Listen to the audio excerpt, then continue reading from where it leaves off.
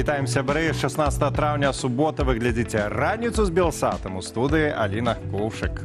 І Валера Руселік. І сёння мы даведаемся, якое лета будзе сёлета. Бо ўжо шмат, якія медыі пісалі, што яно стане проста анамальна спякотным. Ледзь не самым спякотным за ўсю гісторыю назіранняў. Ці праўда гэта? Ну і таксама згуляем у прафарыентацыю, бо набліжаецца час выпускных, таму да гледачоў у нас будзе сёння пытанне, як вы абіралі сабе прафесію. Ці вы ішлі за сваёй марай, ці слухалі парады бацькоў і паступілі туды, куды вам не вельмі хацелася. І, дарэчы, ці зараз працуеце паводле сваёй спецыяльнасці? Адказы абавязкова пішыце ў каментарах, але рабіце гэта бяспечна. Валера, дарэчы, а як ты абраў сваю прафесію? Слухай, я быў заўсёды балбатуном. І мне казалі, давай-ка ты, Валера, у той бок. Я і пайшоў, хаця у самым дзяцінстве, я тебе прызнаюся, нейкі час хацеў быць ксяндзом. Вось. А ты як? З гэтага боку я цябе яшчэ не ведала. Ну вось штосьці новенькае, раскажы, як ты. Моя мама хацела, каб я стала доктаркай. Я сказала, мама, дзе я, дзе мед, зусім мне. І вырашыла абраць тое, куды ніхто не ішоў. Але клікала маё сэрца, гэта гістфак Гарадзенскага універсітэта. Ну і так все пачалося, дарагі сябры. А Белсат стварае гісторыю разам з вами. Ну і сёння яшчэ пагаворым пра Еўрабачанне. Сёння ж фінал і нават зробім свой белсатаўскі прагноз на пераможцу конкурсу. Але тут варта нагадаць, што Еўрабачанне гэта не толькі песні, хіты, але і доўгая гісторыя скандалаў. Давайце іх згадаем і потым абмяркуем. Сёлета Еўрабачанне зноў праходзіць пад слоганам «Аб'яднаная музыкай». Але ўжо даўно конкурс аб'ядноўвае гледачоў не толькі песнямі. Байкоты, пратэсты, палітычныя заявы і скандалы вакол удзельнікаў усё часцей абмяркоўваюцца не менш за самыя выступы. 10 гадоў таму перамога Джамалы з песню 1944 выклікала шырокія дыскусіі. Частка аўдыторыі палічыла кампазіцыю пра дэпартацыю крымскіх татараў палітычным выказваннем, але вынікі конкурсу засталіся без зменаў. У 2017-м скандал здарыўся ўжо падчас выступу Джамалы як запрошаны зоркі. На сцэну выбег украінскі пранкер Віталій Сядзюк і агаліўся перад камерамі. Ахова хутка вывела яго са сцэны, а выступ працягнуўся. Тады ж разгарэўся і канфлікт вакол удзелу Расіі. Прадстаўніцы краіны ў Юліі Самойлавай забаранілі ўезд ва ўкраіну праз канцэрт у анексаваным Крыме. У выніку Расія ў конкурсе не брала ўдзелу. У 2019 годзе Еўрабачанне ў Тель-Авіве прайшло на фоне заклікаў да байкоту Ізраілю. Ісландскі гурт «Гатары» падчас абвяшчэння выніку разгарнуў палестынскія сцягі. Палітычны жэст у фінале зрабіла і Мадонна. Ейныя танцоры выйшлі на сцэну са сцягамі Ізраілю і Палестыны. У 2021 годзе пасля перамогі італьянскага гурта «Монескін» вакаліста Дам'яну Давіда западозрылі ва ўжыванні наркотыкаў. Музыка ўсё адмаўляў, а пазней афіцыйныя тэсты не выявілі забароненых рэчываў. Еўрабачанне 2022 прайшло на фоне паўнамаштабнай вайны ва ўкраіне. Пасля адхілення Расіі ад конкурсу перамога украінскага гурта «Калуш оркестра» з песню «Стефанія» успрымалася як сімвалічны жэст падтрымання краіны. А падчас фіналу музыкі заклікалі дапамагчы абаронцам Марыуполю і Азоўсталі, што ледзь не прывяло да іх дыскваліфікацыі. У 2024-м адзін з самых гучных канфліктаў адбыўся вакол нідерландскага выканаўцы Йоўста Клейна. Яго дыскваліфікавалі перад фіналам пасля інцыдэнту супрацоўніцаю здымачнай каманды. Падрабязнасці гісторыі арганізатары так і не раскрылі. Той жа конкурс суправаджаўся маштабнымі пратэстамі супраць удзелу Ізраілю праз вайну ў Газе. Прадстаўніца краіны Эден Галян некалькі разоў змяняла песню пасля заўвагаў арганізатараў пра занадта палітычны змест. А падчас шоу у Мальню праходзілі дэманстрацыі і акцыі.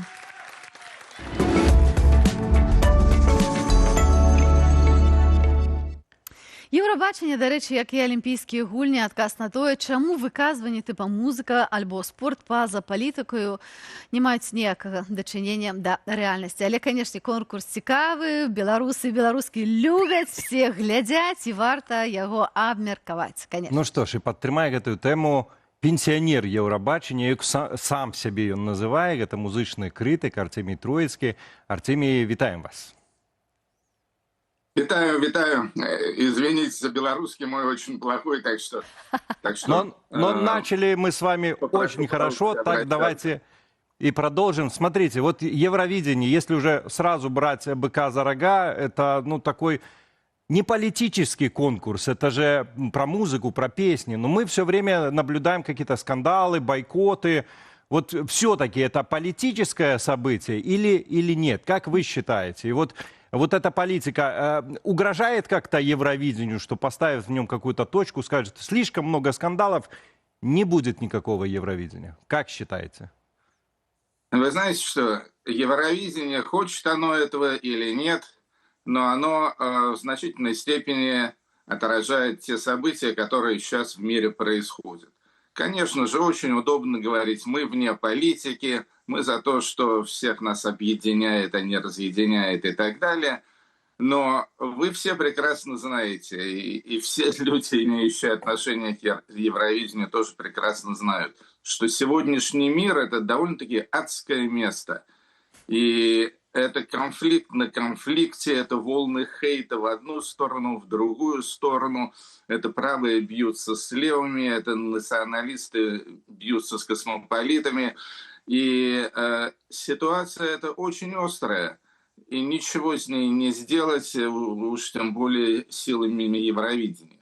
Поэтому, естественно, что все эти мировые конфликты, они так или иначе, даже через глухую завесу всяческой развлекательности, вот, они все равно выходят на поверхность, и они отражают то, что происходит на этом как бы веселом и беззаботном конкурсе. Ну, мне кажется, что, в принципе, организаторы, может быть, со временем придут к тому, что перестанут делать вид, что этот конкурс не имеет ничего общего с политикой. Музыканты очень часто выступают в поддержку тех идей и событий, которые считают важными, но тем не менее мы явно можем говорить про то, что есть определенный феномен этого конкурса, феномен Евровидения. Почему Евровидение такое популярное? И вот вы как пенсионер, который наблюдает за этим конкурсом уже много-много лет, вот как считаете, он сейчас на пике своей популярности или все-таки идет на спад? Ну, в общем-то, история Евровидения, она же долгая. В 1956 году это все началось, то есть страшно подумать, уже 70 лет этому конкурсу, примерно столько же, сколько мне. И да, я впервые смотрел конкурс Евровидения в 1966-1967 году, потому что жили мы тогда в Праге, столице несуществующей уже Чехословакии, а там, в отличие от СССР, конкурс Евровидения по телевизору показывали. Мне в этом смысле очень повезло, были прекрасные песни. Середина 60-х, это вообще был такой мировой музыкальный подъем, Битлз и все такое прочее. Вот. А сейчас, я думаю, конкурс Евровидения, он более популярен, чем тогда. Во-первых, потому что расширилась его география. Вот, если сначала это были только страны Западной Европы, то в 90-е годы к ним присоединились, естественно, и бывшие страны Варшавского договора, и бывшие республики СССР, так что все стало намного разнообразнее. Вот. Ну и потом конкурс Евровидения, он выжил, несмотря на все события, и конец холодной войны, и все остальное. Вот. И поэтому он остался таким уникальным событием. Относятся к нему не то чтобы серьезно, но как бы игнорировать его не могут. Поэтому я бы сказал так, что для музыкальной индустрии и вообще как бы вот для мира популярной музыки этот конкурс особого значения не имеет. Потому что очень мало кто из артистов, выступающих на Евровидении, даже лауреатов Евровидения, это какие-то знаменитые артисты, это люди, которые продают миллионы пластинок и так далее. Нет. Обычно они выступают на Евровидении, потом в течение нескольких месяцев или года как-то светятся, а потом уходят в небытие абсолютно. Так что для музиндустрии Евровидение это, в общем-то, такой смешной маргинальный анекдот, я бы сказал. Но вот в мире медиа, в мире, вот, скажем, вот всяких этих таких национальных амбиций, Евровидение, да, Евровидение имеет значение хотя бы потому, что для огромного количества стран, вот, там есть и балканских стран, и центральноевропейских стран и так далее, Евровидение — это вообще единственный способ раз в году как-то о себе заявить. Потому что, иного способа нет, потому что все остальные места в мире популярной музыки, они заняты англичанами, американцами, ну, в крайнем случае, шведами, французами. Вот. А как же быть там Боснии и Герцеговине, Мальте, Исландии там, и многим другим. Да, кстати говоря, и России с Беларусью тоже. Артемий, послушайте, вот интересный есть момент, это голосование. И очень часто голосование зрителей и вот оценка профессионального жюри бывает, что сильно расходятся.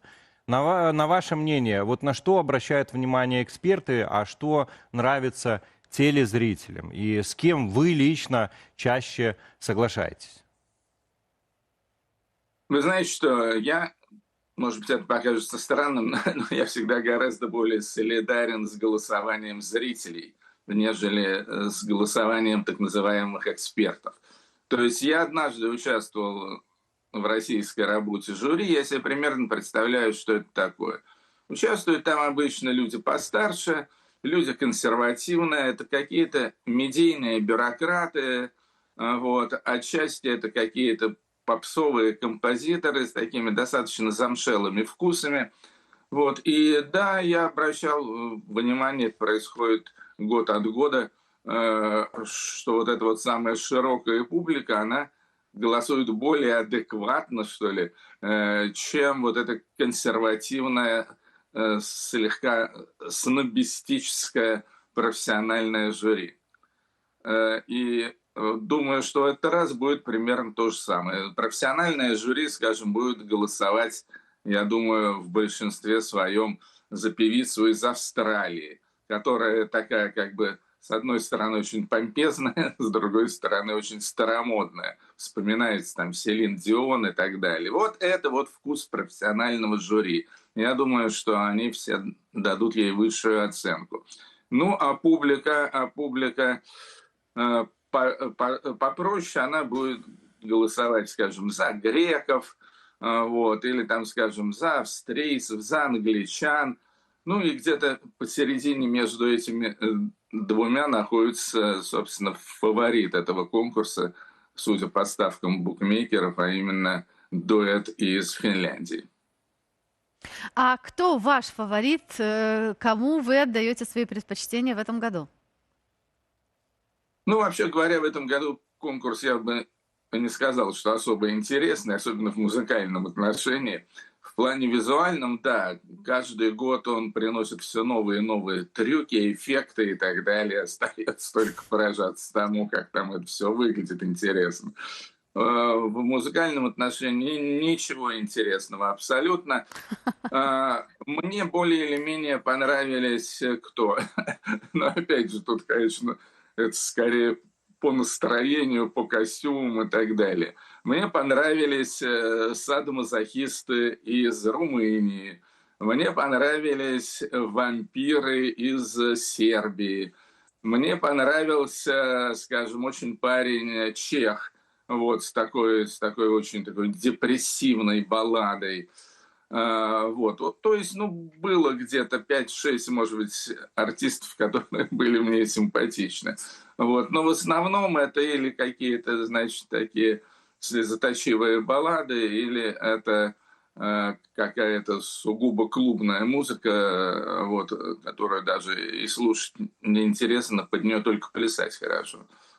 Артемий, а скажите, а есть вообще какой-то шаблон, какая-то схема, вот согласно с которой можно спрогнозировать, что вот получится хит или даже победитель Евровидения? Ну, потому что я слышал много там, это надо или чтобы такое дрипцаца было, или такие вот ярко выраженные фрики. Вот есть какой-то шаблон? Да нет, в общем-то, тут можно сказать, это, кстати, плюс Евровидения, что все это достаточно непредсказуемо. Вот. И очень часто результаты не совпадают и с букмекерскими оценками тоже. И один год будет какая-нибудь такая тихая акустическая песня, скажем, как португальская несколько лет тому назад, а другой год будет какой-то забористый рок-н-ролл, как, скажем, итальянцы Måneskin, да, в 2021 году. Тут это все непредсказуемо. То есть я думаю, что если подключить к этому искусственный интеллект какой-нибудь такой особо талантливый, вот, то может он и выдаст правильную оценку. Но без этого вряд ли. Артемий, а вы помните участников Евровидения из Беларуси? Кто-то вот у вас в памяти остался или нет? Потому что Беларусь не была супер успешной в этом конкурсе, особенно во взрослом. Были какие-то успехи на детских, вот. Но тем не менее, вот у вас кто-то остался в памяти? Нет, ну, естественно, один белорусский артист, он, собственно, вошел в историю Евровидения, я уже не помню, какой это был год. Вот, это скрипач, да. Александр по фамилии Александр Рыбак, который представлял Норвегию. Вот, да, вот этого парня я запомнил. Очень был такой трогательный музыкант. И, кстати, один из относительно немногих победителей Евровидения, вот, кто, в общем-то, определенную карьеру и после этого конкурса сделал. В остальном нет. И это, кстати, очень странно, потому что, ну, в принципе, конечно, в Беларуси много и было, но не знаю, как сейчас, насколько мне известно, все лучшие музыканты Беларуси покинули в последние годы, после 20-го. Вот. Но было их много. И, конечно же, в принципе, Беларусь могла бы произвести впечатление на евровизийную публику, но этого не произошло. Я думаю, скорее всего, в силу просто определенного консерватизма тех органов, которые отбирали участников для конкурса Евровидения. Ну, мы помним, что это всегда были какие-то схемы, и никогда реальные артисты белорусские, которые популярны, которые хотели как-то белорусскую культуру представлять, они не пробивались через белорусский конкурс. Спасибо вам большое, Артемий, что проснулись вместе с нами. Будем вечером смотреть, я думаю, тоже вместе Евровидение, и посмотрим, что у нас получится и кто сегодня победит. Артемій Троїцький, музичний критик, великий фанат Євробачення, був з нами на совісті. До побачення, всього доброго дня, Артемій. Всего доброго. Ну, Дякую. Ну, и застаецца толькі прыгадаць, што былі і беларускія выступоўцы. Я памятаю, Константин і Александра былі з песняй «Гара» альбо «Арол». «Арол», здаецца. І таксама, вядома ж, Наві Бэнд. Сёння, напэўна, таксама паглядзім, згадаем наших цудоўных артыстаў. А я прапаную нам зрабіць сёння антынавуковы прагноз. Год таму сабака Батон дапамог нам зразумець, хто пераможа, і, дарэчы, зрабіў гэта слушна. І мы вырашылі паўтарыць гэты досвед. І так, сярод фаварытаў сёння Фінляндія, Грэцыя, Данія, Аўстралія і Францыя. А зараз з дапамогай нашага цудоўнага Андрэя і ягонай падапечнай нашай цудоўнай Шарлоты. Здоров. Шарлота сёння з намі, і мы паспрабуем вызначыць пераможца. Шарлота, прывітанне. Мы з табой уже сёння пазнаёміліся ў грымёрцы. Давай паглядзім. Трэба разблытаць, даць свабоду творчую. Так, коллеги, ну что? Давай. На 3-4? Давайте. 3-4. Шарлотта. Давай. І куди? Гляди. Походу, ніхто не пераможа. А не, ёсць фіны. Шарлота! Не? Ой, мы напугали. Фальстарт? Не. Фінляндыя. Ну, сябры, неўзабаве даведаемся, наколькі Шарлота дала рады. Бачыце, сціплая, яна яшчэ вельмі маладая, але мы радыя, што прыйшла сёння да нас у студыю. Вось бачыце, Фінляндыя паводле Шарлоты мае найбольшыя Зараз можа вызначым і другое месца. Не, зноў Фінляндыя. То бачыце, адназначна. Ну, не здарма Фінляндыя, як і іншыя скандынаўскія краіны, ўваходзяць у лік самых шчаслівых краінаў свету. Штосьці ведае пра гэта таксама і наша Шарлота. Все-таки будет другое место, коллеги. Дарэчы, сябры таксама... Аўстралія, другое месца, так? У нас працягваецца тут сваё галасаванне, а тым часам, спадарства, пішыце ў каментарах пра вашых фаварытаў Еўравізіі. Ну а мы прапановваем паглядзець яшчэ, што ж у нас там адбываецца уласна ў Еўропе. Давайте? Давайте поглядим.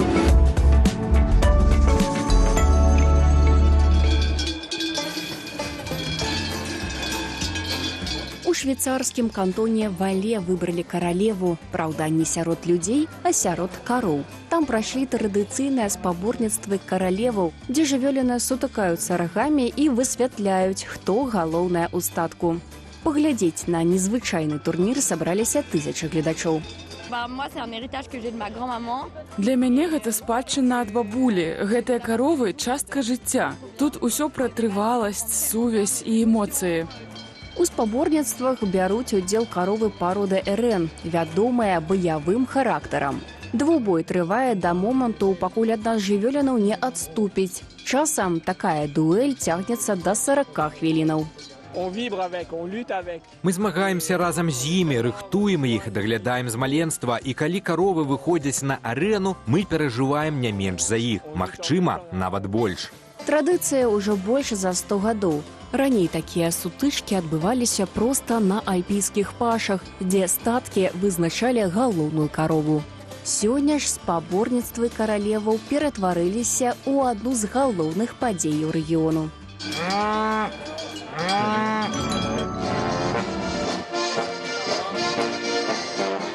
На беразе знакамітага возера Блэд у Славеніі прайшоў традыцыйны фестываль, які сабраў амаль 500 музыкаў з усёй краіны. Разам яны выканалі найвядомейшыя славенскія народныя мелодыі.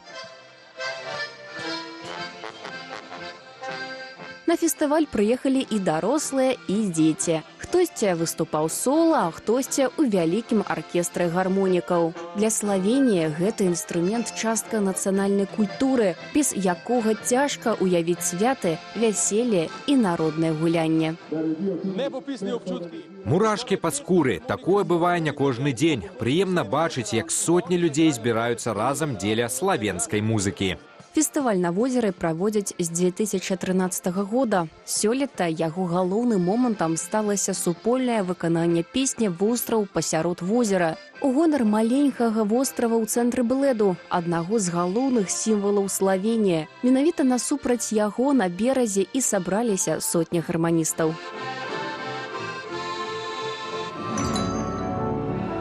Іспанская Жырона на тыдзень ператварылася ў вялізны кветкавы сад. У горадзе стартаваў фестываль «Temps de Fleurs», падчас якога вуліцы, двары і гістарычныя будынкі аздабляюцца сотнямі незвычайных кампазіцый з кветак. Асаблівую ўвагу турыстаў сёлета прыцягваюць сходы Жыронскага сабору, вядомыя фанатам серыялу «Гульня тронаў». Для фестывалю іх ператварылі ў вялікую кветкавую інсталяцыю з саламандрай, як адсылку да знакамітых працаў каталонскага архітэктара Антані Гаўдзі. Калі мы прыехалі, паўсюль ужо былі кветкі. Гэта вельмі прыгожа, і нам пашанцавала апынуцца тут менавіта цяпер. Фестываль праводзяць ужо 71 раз. Штогод паглядзець на кветкавыя экспазіцыі ў Жырону прыязджаюць каля 400 000 чалавек.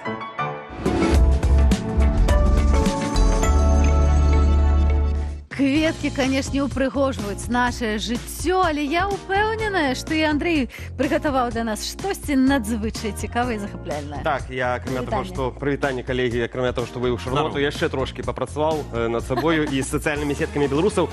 І вам цяпер распавяду. Пачнем з найлепшага і самага ўдалага відэа тыдня і па праглядах, і па каментарах. Ёсць бясконцая колькасць блогераў з Беларусі, якія здымаюць свае ролікі для соцсетак. І нарэшце сёння мы дайшлі да таго моманту, калі найбольшая колькасць праглядаў, то бок меркаванне грамадскасці, супала з маімі ўласнымі адчуваннямі. І цяпер я пакажу свайго аднаго з найулюбёнейшых блогераў. Значит, гэта пан Усялян. Пан Усялян паказаў простую беларускую справу, агародную нашу, ды раскрыў усё багацце мовы. І лічыце літаральна 20 секунд, мы зараз паглядзім філалагічнага задавальнення на ваших экранах, глядзім і уважліва слухаем і атрымаем асалоду. Добра, Юрик, будем орать. Адчуль ці адкуль? Так, Толік, пачнём шуль ці з гэтуль і датуль. Ад гэтуль і патуль? Ну, а ты думаў, сколь і дакуль? Ну, думаў, адтуль. І дакуль. І па гэтуль ці дасюль? Не, стульчі, пашульчі дагэтуль іншым разам. А пакуль так. Кайф, Ну вось, кайф. задавальненне Абсолютно, абсолютно. Экстаз. Дякую, І дякую. гэта быў блогер здаровага чалавека, ведаеце, ёсць яны розныя. Цяпер прыклад такога лёгенькага крынжа, і гэта відэа таксама разышлося па соцсетках, і па незалежніцкіх, і па дзяржаўных, і дзякуючы сваёй ясна і дакладна выверенай ідэалагічнай афарбоўцы мы яго паказваем ось тут. Не ведаю, гэта людзі высмейвалі ўладу і ідэалогію, або, наоборот, яе такім чынам падтрымлівалі гэты дзяржаўны наратыў. Это мне невядома, давайте зараз разам паглядзім і вырашым, што гэта было. Увага на экран.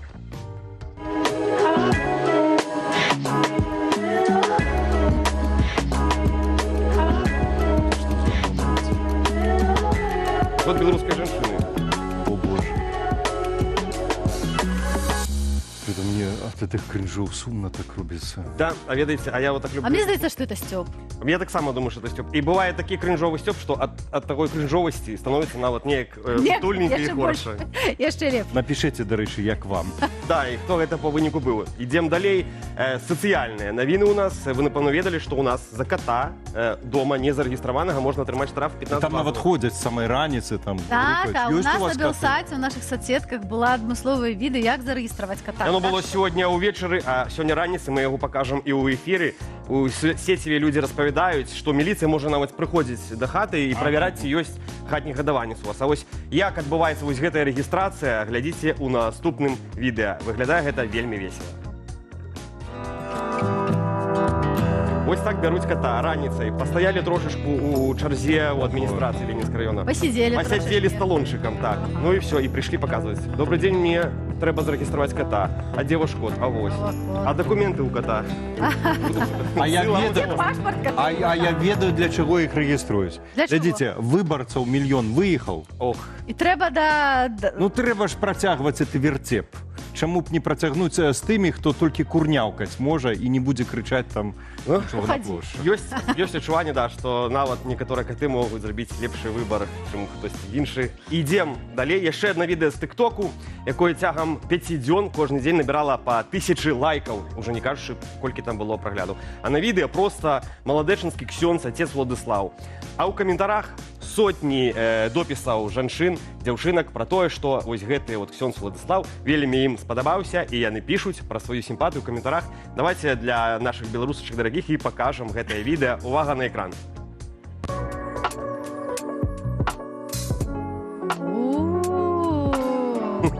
Ну, я разумею. Я думаю, там великая парафія. Вялікая парафія, вельмі паспяховая, пытанне ці дзяцей.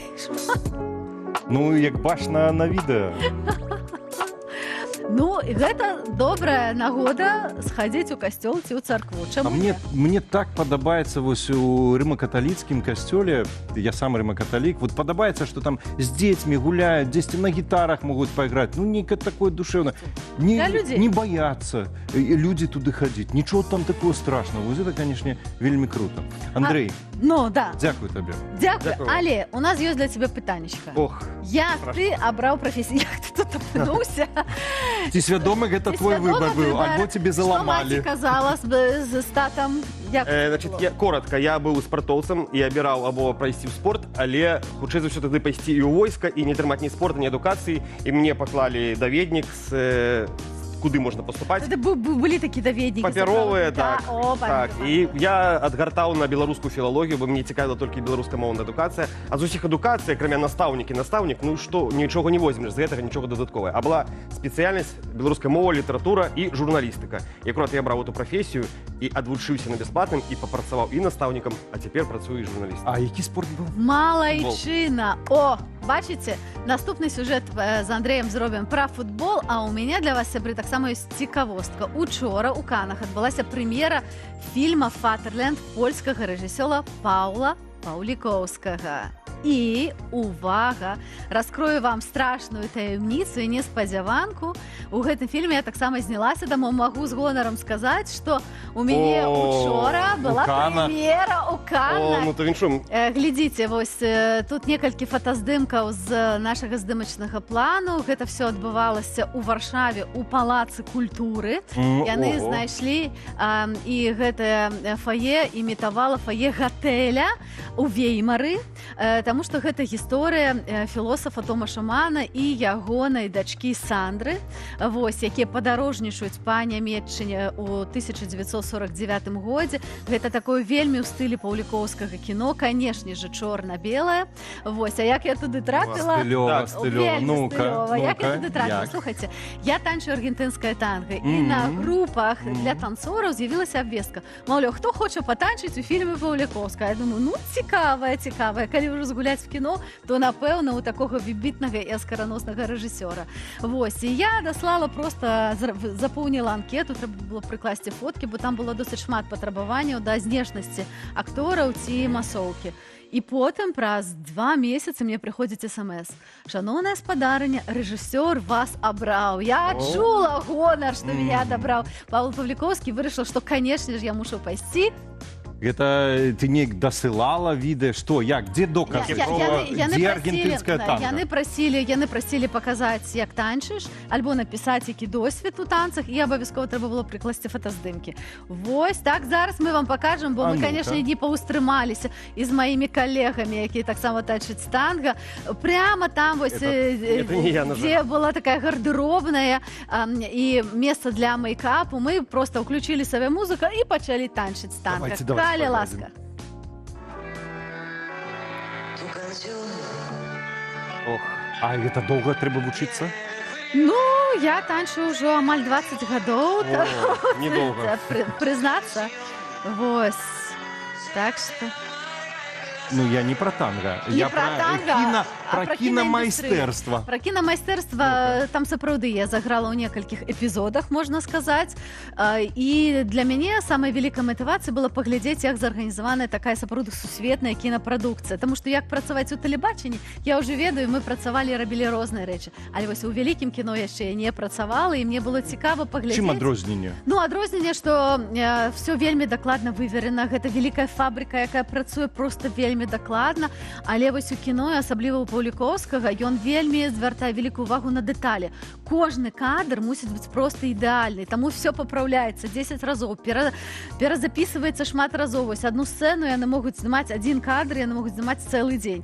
У тэлебачанні гэта немагчыма, але вось паназіраць за тым, як ён уважліва ставіцца да дэталяў, як злажана працуе каманда, якія прафесіяналы ствараюць усе гэтыя дробязі, з якіх ствараецца эпоха, гэта было неверагодна. Я вельмі радая, што магла мець вось такую прыгоду. Ну і вельмі спадзяюся, што хутка можна будзе гэты фільм пабачыць у кінотэатры. І што нічого не павырізаецца, што там будзе на афішах. Мы таксама прыглядаемся да дробязяў, хаця не дробязяў, мы заўсёды шукаем штосьці беларускае. Ці былі яшчэ беларусы, беларускі? Так, сапраўды, у масоўцы я сустрэла яшчэ некалькіх беларусаў, хлопцаў, Змітра Бартосіка і Піта Паўлава, так што глядзіце, моцная беларуская абсада ёсць у гэты фільм. Ну, не хапае толькі Віці Шукіловіча там яшчэ. І Андрэя Сульжыца, нашай галоўнай. І Валеру Руселіка. Але все найлепшае у нас зараз ужо цяпер на Белсаце. І, дарэчы, пра прафесію. Я мушу нагадаць, дарагія сябры, што ў нас у каментарах ёсць галасавалка пра тое, ці вы працуеце паводле спецыяльнасці. Абавязкова звярніце ўвагу. Нам гэта вельмі істотна Я прагаласаваў. Для размовы з нашай госці, таму чакаем вашай актыўнасці. Андрэй, збірай і абмяркоўваем госцей. Ну, а пакуль што пераходзім хуценька да тэмы надвор'я, і перад тым, як разбірацца, уласна, з прагнозамі на гэтае лета, давайце згадаем сюрпрызы гэтага года. Давайте.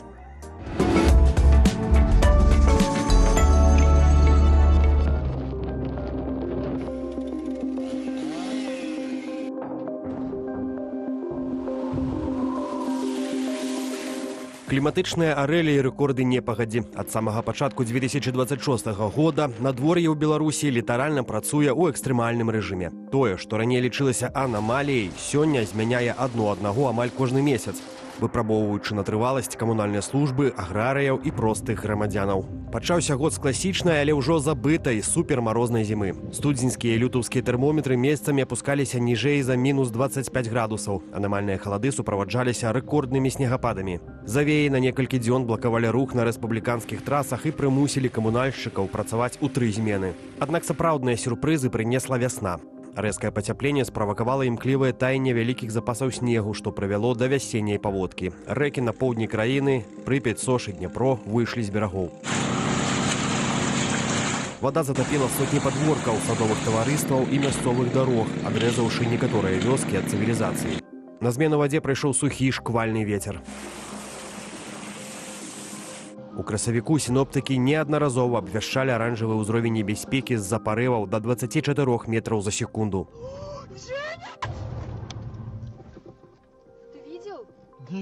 Менавіта моцны вецер у спалучэнні з сухасцю глебы выклікаў рэдкую з'яву – пылавыя буры. Патокі паветра зносілі ўрадлівы пласт з палёў і пагаршалі бачнасць на дарогах. Услед за бурамі ударылі начныя замаразкі, якія напрыканцы красавіка пашкодзілі пладовыя дрэвы ў садах. 26 апреля. Фіналам гэтага кліматычнага марафону стаў травень. На пачатку месяца на Беларусь абрынуліся моцныя ліўні. За кароткі час выпала дэкадная норма ападкаў, што ператварыла вуліцы Менску і іншых буйных гарадоў у бурлівыя рэкі. Гарадскія ліўнёўкі не спраўляліся з аб'ёмам вады, заліваючы падземныя пераходы, цокальныя паверхі і пад'езды жылых дамоў.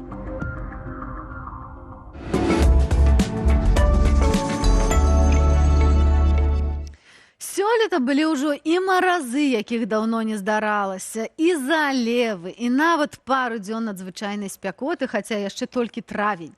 Што будзе далей? Будзем разбірацца з кандыдаткай геаграфічных навук, кліматалагіняй Ганнай Скрыган. Вітаем, Ганна. Вітаю. Добрый дзень. Ганна, глядзіце, ну вось калі браць пра вясну, вось там пару дзён гэтых не браць спякотных, у прынцыпе выглядае, што, ну, як мне асабіста файна, няма гэтай спёкі, нема вось такого упалу. Між тым гавораць, што гэты год за ўсю гісторыю назіранняў хутчэй за ўсё будзе найбольш спякотны, вось сапраўднае пекла на зямлі. Праўда, неправда, як это выглядае? Гэта праўда, і кожны наступны год ён прагназуецца як больш спякотны, чым папярэдні.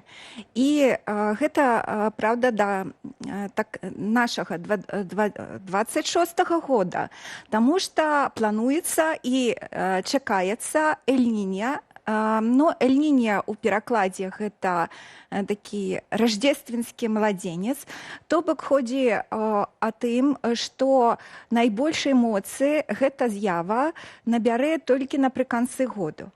Але ўжо пачынаючы з чэрвеня кліматолагі разлічваюць то, якія тэмпературныя анамаліі нас чакаюць. І чакаюць у нашым рэгіёне гэта дадатковых плюс 2,2 градусы.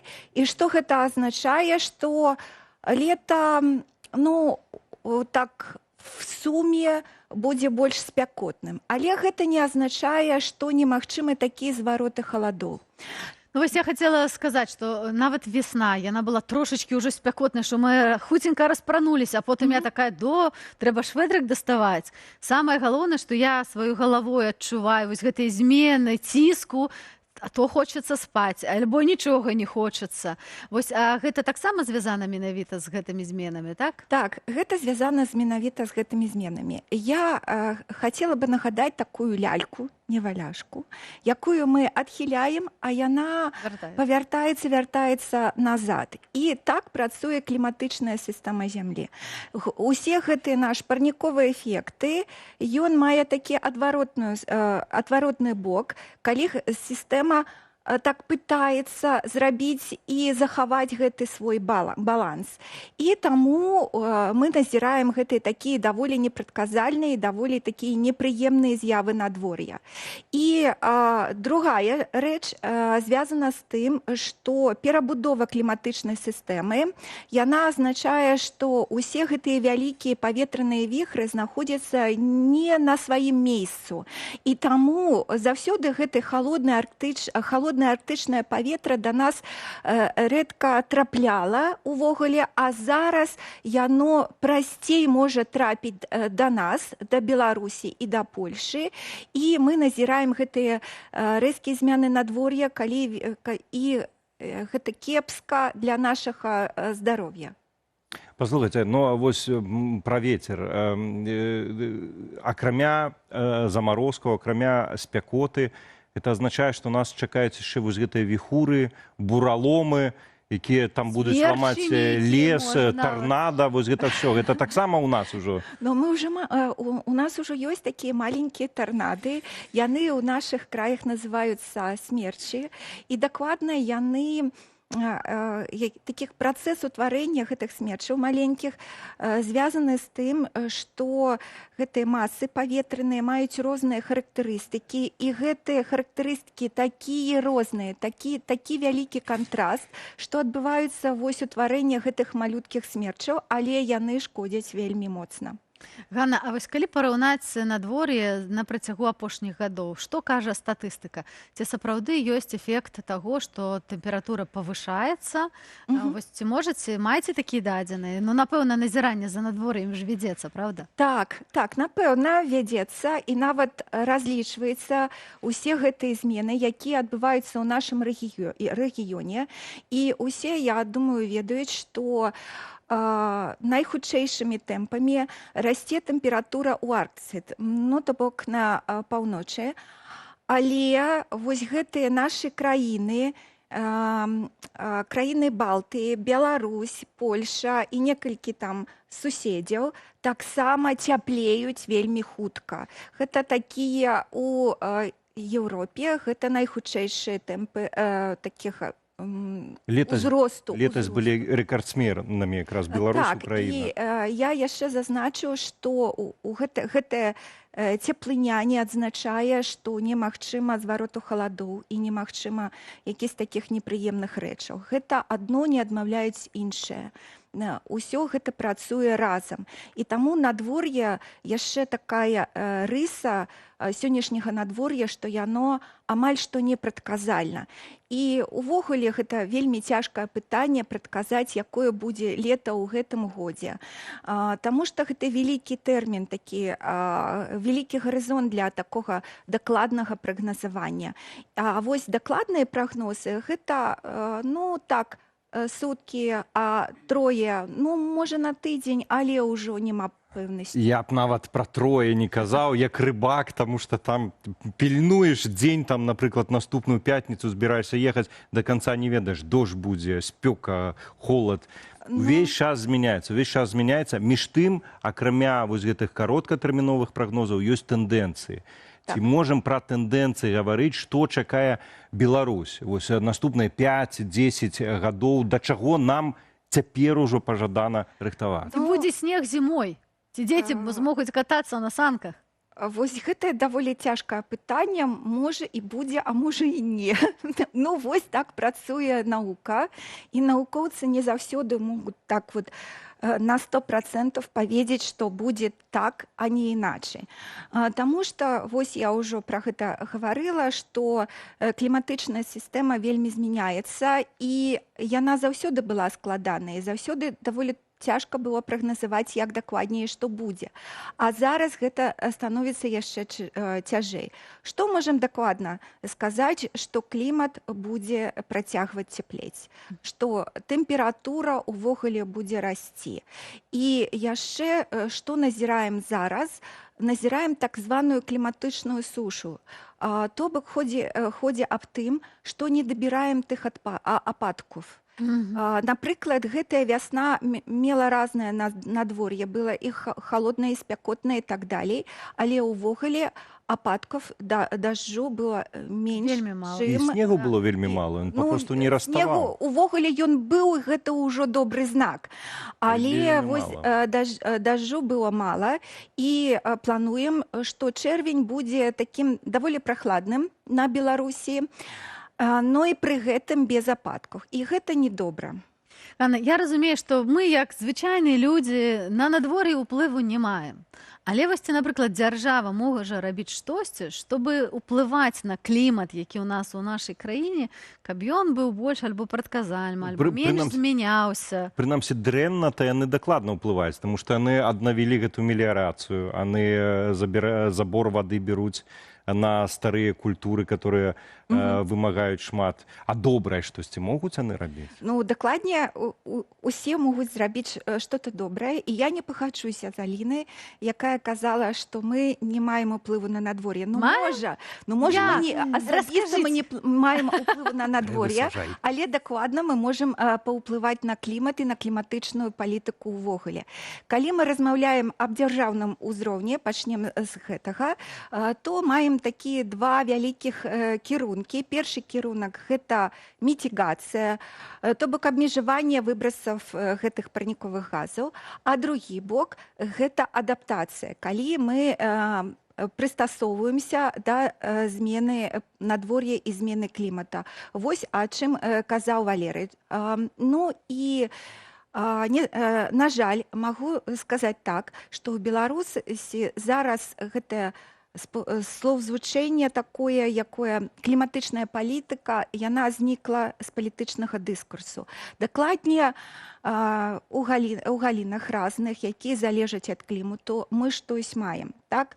Але вось так на голас так не мовім аб тым, што ў нас ёсць гэтая кліматычная палітыка і што мы ў гэтым кірунку працуем. Зато ў еўразвязе акурат кліматычная палітыка, яна выклікае вельмі шмат спрэчак, у Еўрапарламенце абмяркоўваюцца, уводзяцца нейкія дадатковыя новыя захады.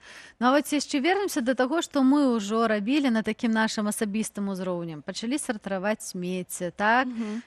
Ушчыльняем наше жытло, каб менш ездзіць на роварах часцей. Ездзіць на роварах. Вось.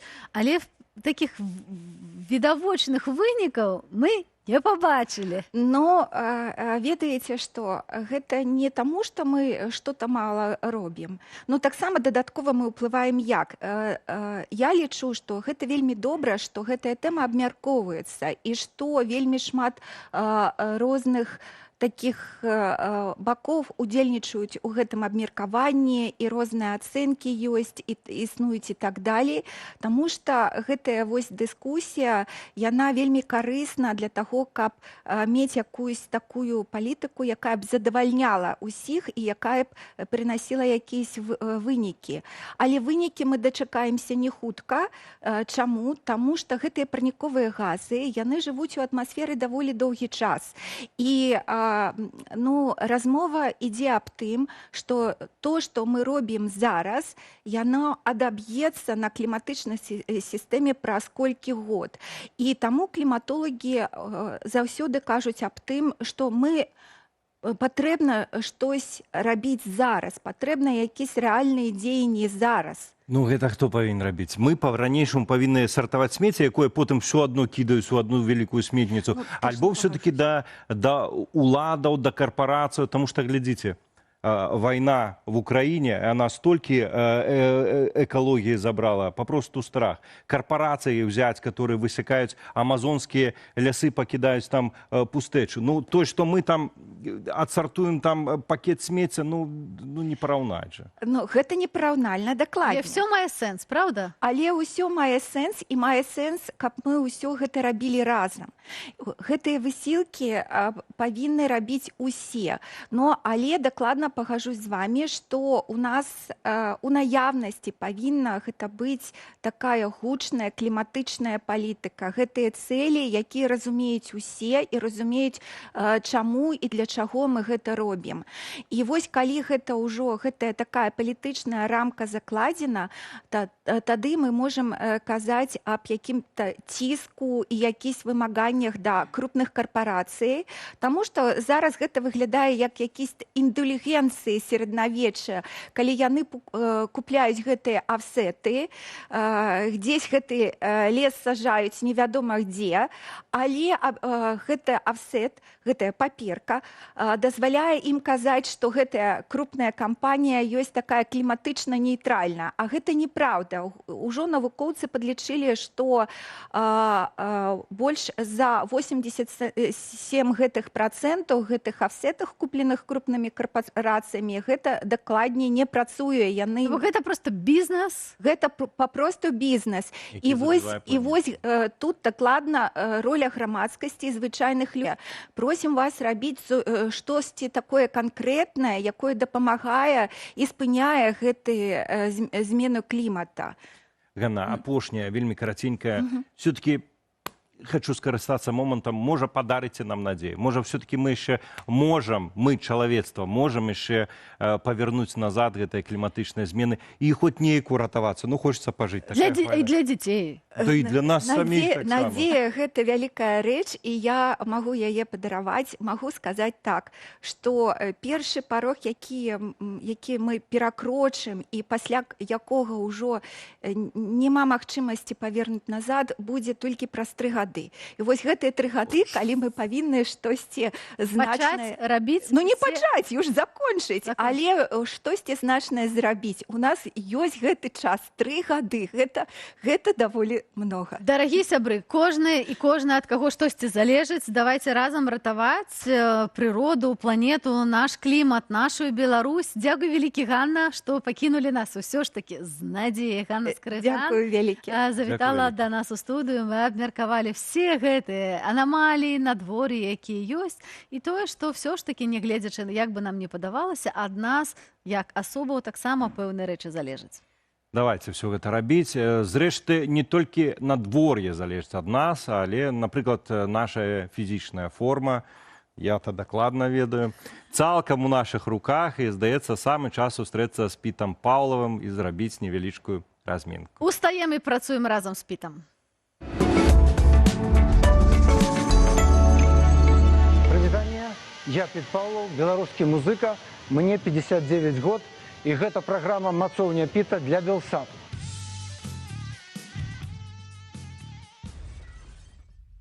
І мы пачынаем размінку з лёгкай прабежкі, з лёгкіх рухаў менавіта на вялікія цягліцы. Пачынаем вось ад такіх рухаў рукамі на плечы і на перадплечча. Вы, магчыма, бачылі вось такія практыкаванні. Яны ёсць і ў барацьбітоў, і ў баксёраў. І вышэйшым шыкам з'яўляецца практыкаванне менавіта адной рукой. Але мне здаецца, што можна трэніраваць адначасова 2. І я, звычайна, так і раблю.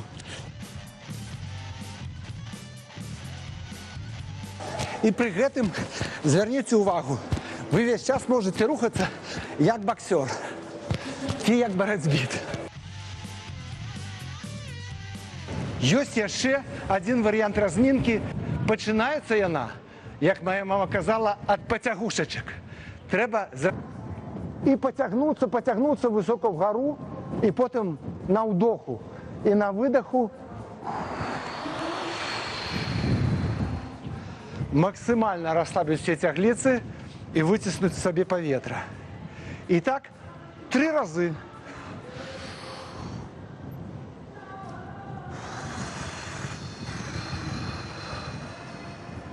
І потым на кожны суглоб вашага цела трэба зрабіць лёгкія практыкаванні. Яны выглядаюць наступным чынам. Спачатку шыя, шчапляем рукі за спіной, зводзім лапаткі і спрабуем зазірнуць за плячо.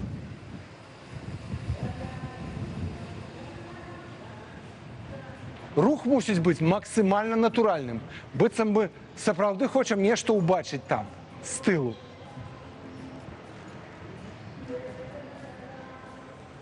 Таксама дастаткова 3 разы.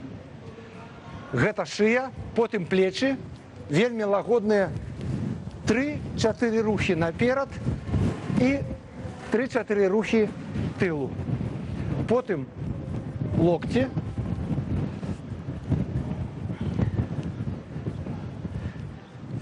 І кісці. Можна зрабіць вось такую прыгожую хвалю, а можна зрабіць проста так. Далей ідзе тазасцёгневы суглоб. Я, дарэчы, даволі доўга спрабаваў навучыцца вымаўляць вось гэтае. Тазасцёгневы. і робім вось такія глибокі рухи. Адзінае, звярніце ўвагу на тэхніку. Вам не трэба вось так завальваць ўсё цела. Наадварот, цела на месцы, толькі сам таз. 3 в один бок, 3 в іншы бок. Далей ідзем да каленаў. Апошняе гэта ступні. Калі вы зробіце вось такую разменку пасярод свайго офіснага дню, вы адпачнеце, нібыта вы адпачывалі цэлую гадзіну. Калі яшчэ дадаць да этого каўкі без малачка і цукру, будзе зусім тое, што трэба.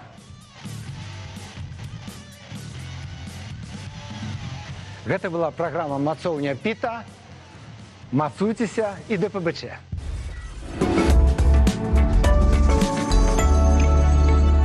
Я подмацавалася разом з Пітам, засталося цягнулі жываты, Так што, дарагія сябры, мы працягваем абмяркоўваць тэму нашага сённяшняга дня. Як вы, нашы даражэнькі, абіралі сваю прафесію і ці працуеце ў той сферы, у якой вучыліся? Дзе вучыўся, там і прыгадзіўся? Ну, дарэчы, акурат пад гэтае пытанне мы таксама ў каментарах на Белсат Лайв запусцілі апытаначку, дзе мы і запыталі, ці вы працуеце па прафесіі, на якую вучыліся. І не поверите, коллеги, 45% вучатся по своей профессии и при этом працуюць и любят свою профессию. Ничего себе. Яшчэ 12% працуюць по своей профессии, але яна им не подобается. Это сумно, але бывает. Это выпускники вот этой Академии МУЗ? Не, у тых працах, да, праца ёсць, але не подобается. Падзяемся. Яшчэ траціна не працуе по своей профессии, потому что за яе мало платят. А чого шлі туди? Ну, шлі, бо серце, ведаєш. А яшчэ 15% не працуюць па сваёй прафесіі, але хацелі б і любяць яе, але няма вакансіяў. А ў каментарах штосьці яшчэ было? А што ў каментарах? Па-першае, нам пішуць, што вот адзін з каментатараў атрымаў юрыдычную адукацыю, таму што... Чаму юрыдычную? Таму што нафта можа скончыцца, а пампаваць правы можна вечна. Такі жарт. Это такое шматсэнсоўна, конечно. Шматсэнсоўна, асабліва ў Беларусі, вельмі.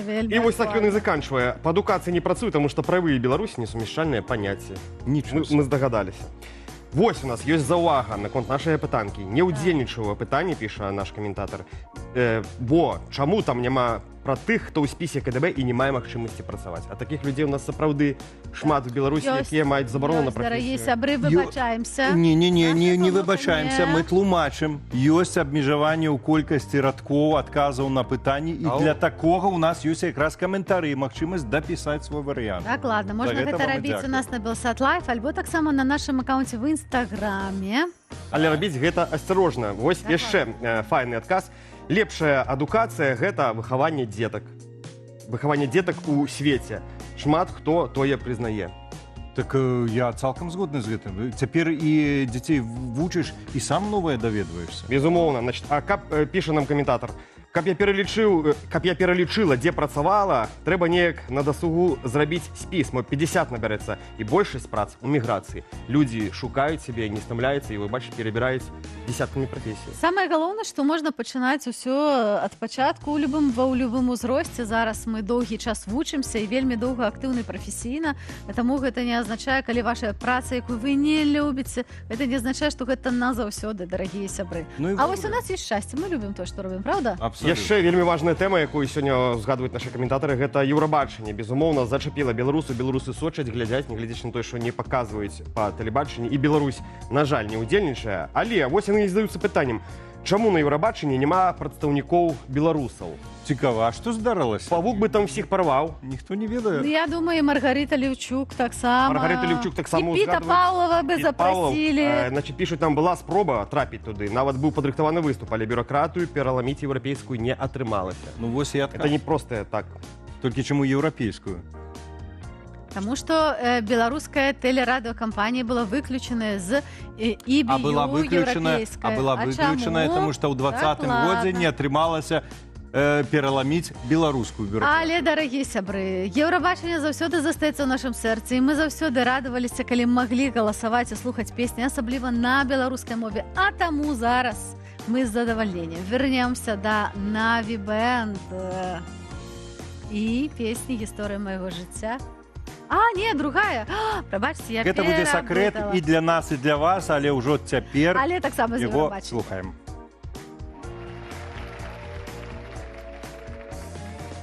Стефанія, мамо, мамо, Стефанія, розквітає поле, а вона сивіє. Заспівай мені, мамо, колискову, хочу ще почути твоє рідне слово. Вона мене колесала, дала мені ритм і напевне силу волі не забрати в мене, бо дала вона напевне знала, може більше і від Соломона ламаними дорогами прийду я завжди до тебе, вона не розбудить, не будить, в мене сильні бурі, забере бабулі, двідулі, і пивуни кулі. Дуже добре знала мене, не була обманута, як була дуже втомлена, гойдала мене так. Лоле, лоле, лоле, Стефанія, мамо, мамо, Стефанія, розквітає поле, а вона сивіє. Заспівай мені, мамо, колискову, хочу ще почути твоє рідне слово.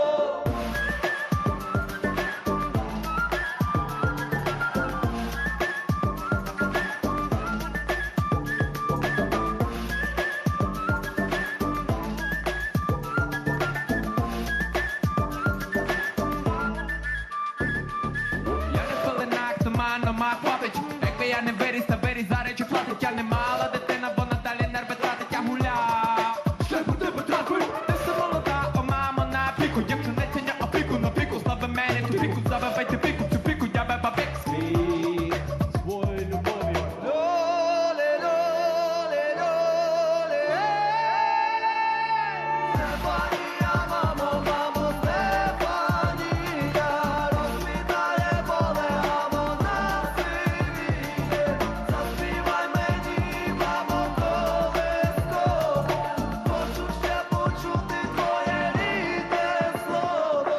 Стефанія, мамо, мамо, Стефанія, розквітає поле, а вона сивіє. Заспівай мені, мамо, колискову, хочу ще почути твоє рідне слово.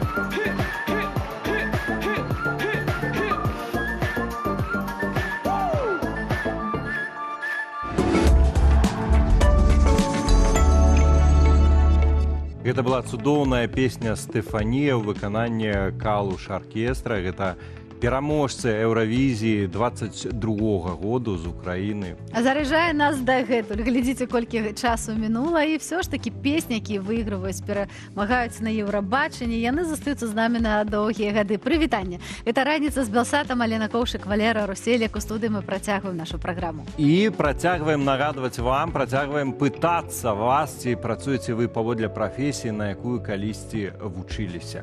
Хутка мы пачнем разбірацца з тым, як людзі абіраюць прафесію, але спачатку варта даведацца, якія спецыяльнасці зараз запатрабаваныя на рынку працы.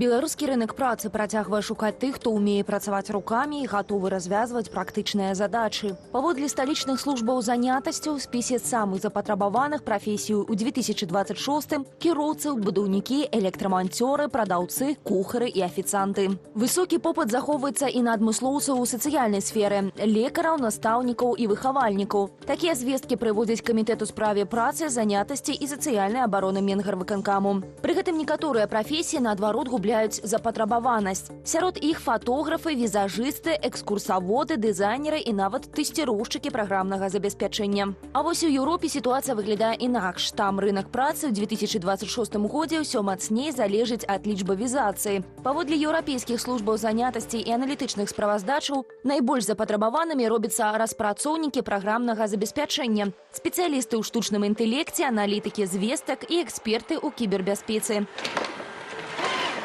Адначасова з гэтым Еўропа сутыкаецца з вострым дэфіцытам кадраў у сферы аховы здароўя. Праз старэнне насельніцтва асабліва патрэбныя медсёстры, лекары і спецыялісты ў доглядзе за пажылымі людзьмі. Асобны тренд вяртання прэстыжу рабочых прафесіяў. У Нямецчыне, Аўстрыі ды іншых краінах еўразвязу не хапае зваршчыкаў, слесараў, монтажнікаў і кіроўцаў грузавікоў. Пры гэтым як у Еўропе, так і ў Беларусі працадаўцы ўсё менш глядзяць толькі на дыплом. Сярод іншага ацэніцца гнуткасць работніка, ягоная здольнасць хутка перавучацца і практычныя навыкі.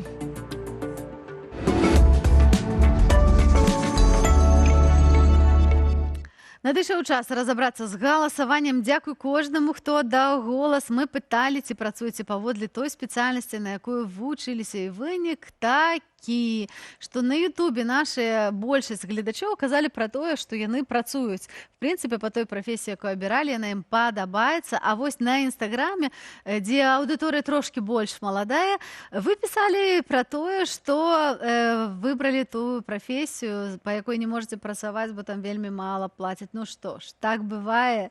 І што з гэтым рабіць, мы паразмаўляем з нашай госцяй. Ну і, уласна, побач з намі Валентина Чекана, адукатарка, настаўніца, трэнерка. І што важна, Валентина мае адмысловы курс па прафарыентацыі. Ну і адразу вось такое пытанне. Вынікі нашага галасавання, яны прадказальныя былі ці чымсьці здзівілі? Ну, думаю, что предсказуемые. Когда, может быть, мы с вами выбирали профессию, мы выбирали профессии, которые, наверное, сложно было изменить, хотя мы видим, как они трансформируются сейчас. И мы с вами, может быть, большинство наших взрослой аудитории каким-то образом встраивались в изменения своих профессий. Хотя интересен процент тех, кто по-прежнему работает по специальности, и те, кто совсем ее сменил.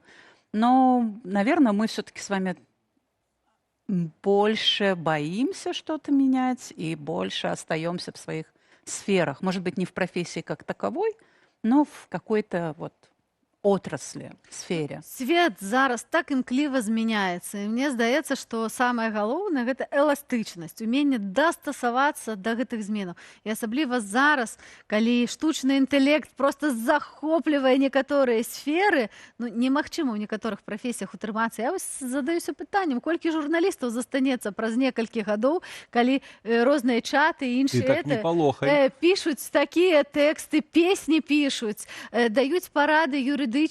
Ось что с этим? Я думаю, что так же, как мы с вами проживали какую-то диджитальную трансформацию 30 лет назад, может быть, чуть больше, точно так же нам с вами, ну, окей, может быть, не нам с вами, может быть, нашим детям придется перестроиться, и перестраивается экономика, и появляются. Но если заглянуть на следующую страницу таких исследований, то мы увидим, сколько профессий появится. Ну, з'явяцца прафесіі, у якіх мы нічога не разумеем, бо іх яшчэ няма. Пры гэтым мы, як людзі дарослыя, ужо маем дзяцей, ну, як нам бацькі нашыя казалі, так і мы ўсё імкнемся дзецям штосьці раіць, ідзі вось сюды, сюды. Мама мне казала, Аліночка, ідзі на медицину. Ці мае сэнс? Хаця вось наконт медыцыны, можа, і мела сэнс.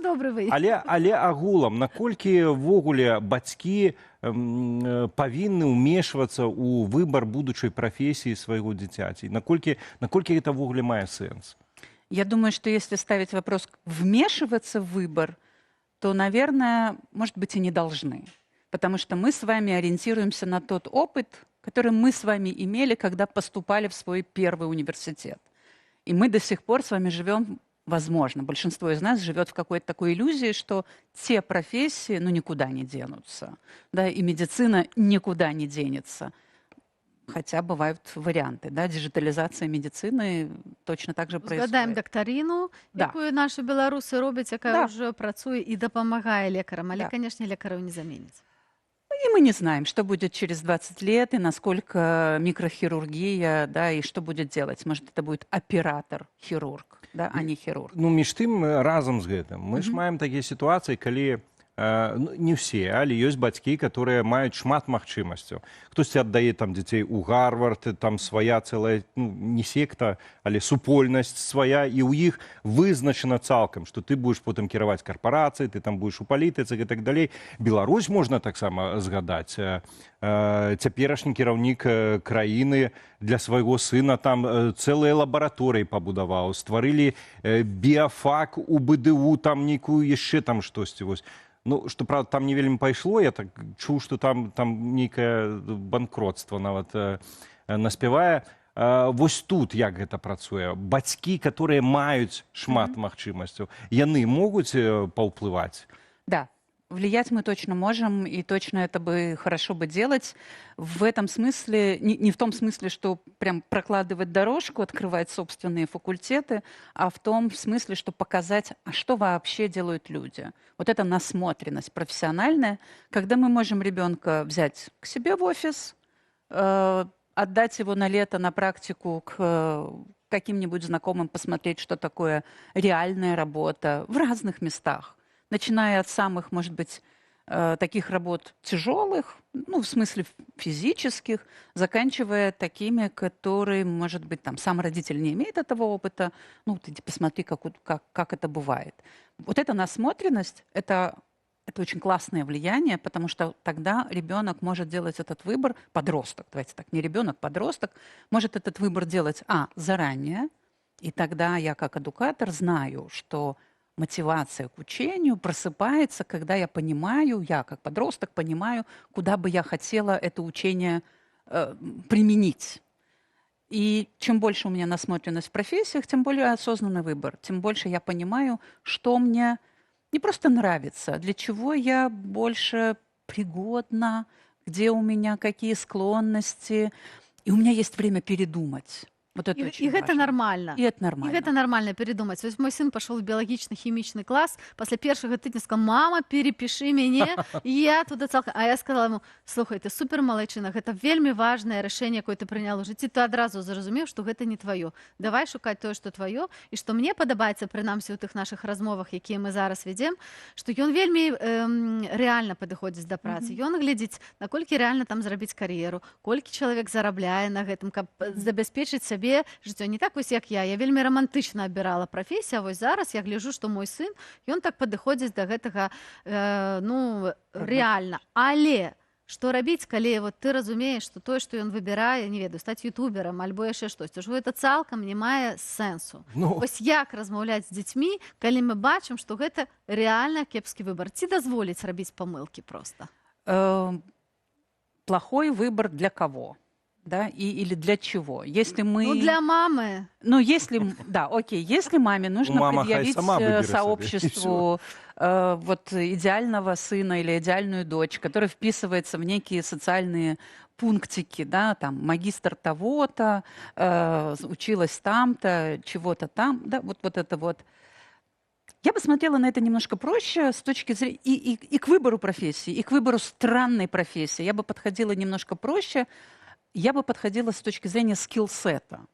Разложите любое занятие, которым ваш ребенок вдруг увлекся, собирает он марки или стал, прости господи, ютубером, или он пошел в биологию, или еще куда-то, разложите это на скиллсет.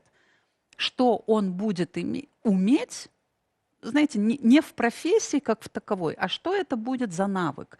Анализировать, думать, коммуницировать, не знаю, монтировать.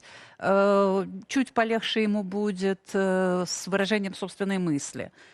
Вот какой скиллсет он собирает в свою коробочку? Я вось не ведаю, чаго вы так вот, прости господи, ютуберы. Мой сын, 9 гадоў, ён мае ўласны YouTube-канал, ён у ютубер, ён умее монтаваць таксама, ён умее працаваць з камерай.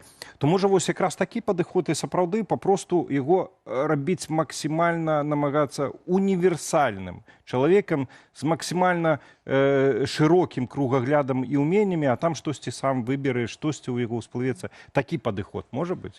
Ну, точно с умениями так может работать. Мы можем с мировоззрением, наверное, тут спорный момент, да, что мы, насколько он должен быть широкий, или он все-таки в какой-то момент должен сфокусироваться на чем-то.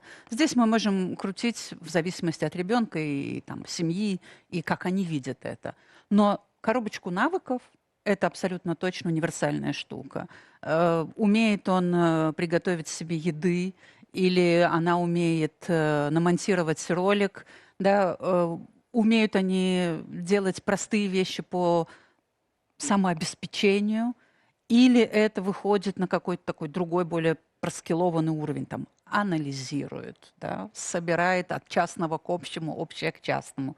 Да, то есть вот такие научные методы познания, да, то, что называлось у нас. Вот если этому всему ребенок, подросток может научиться в процессе, возможно, до вот этого школьного порога, то это уже очень крутая история. Валентина, тесты на профпригоднасць ці там прафесіянальныя здольнасці нейкія пэўныя мае сэнс рабіць? Дапамагае гэта на практыцы? Бо я спрабавала з сынам, но мне здаецца, што трошкі гэта яго зарыентавала. Але вось па вашым досведзе багата. Любое самоисследование, саморефлексия для подростков супер важны, потому что они могут себя определить только со слов других людей очень долго, там лет до 15, до 16. У них есть вот это «а кто я?», но это «я» определяется по тому, что про меня говорят в школе, дома, друзья и так далее. И любое внешнее «ты кто-то», ну, конечно, они присваивают, они могут там не все, не огулом, но, тем не менее, это хороший повод порефлексировать, поотвечать нарочно на вопросы «а кто я?», «что я вообще про это думаю?». И в этом смысле, будь то тест по профориентации или менеджерский инструмент, который называется SWOT-анализ, да, сильные стороны, твои слабые стороны, чего тебе в жизни далось, чего угрожает, даже такие инструменты, как абсолютно управленческие, да, которые мы, может быть, к детям никогда не применяли, они имеют смысл. Валентина, разом з гэтым, цяпер многія даследнікі сацыяльных працэсаў у свеце, яны гавораць пра тое, што набліжаецца вялікі крызіс у працоўных кадрах, і гаворка не ў тым, што ўсе памерлі, а ў тым, што новае пакаленне, которое прыходзіць, оно, в прынцыпе, нічого не хоча. Ну, не працаваць не хоча, все надакучвае. А для чаго я туды... Вот што з такім рабіць? Калі тваё дзіцё, тут ужо выпускны, уже трэба неяк вызначыць, нічого не хоча. Знаете, я когда слышу эти разговоры, я даже не своих там выпускников вспоминаю, не тех детей, с которыми я работала, я вспоминаю себя в 19 лет. Да? И я помню, как я первый день пришла, или там первый год, пришла работать в школу. Я была на 2-м курсе в школу, наставницей, учителем. Я была на 2-м курсе, и я помню, как мне ничего не хотелось. Да, но вот правда, мои там заучи, мои директора хватали за голову. Боже мой, вот эти студенты вчерашние, господи, что с них взять? Их же нельзя пускать вообще ни к детям, ни к людям, никому.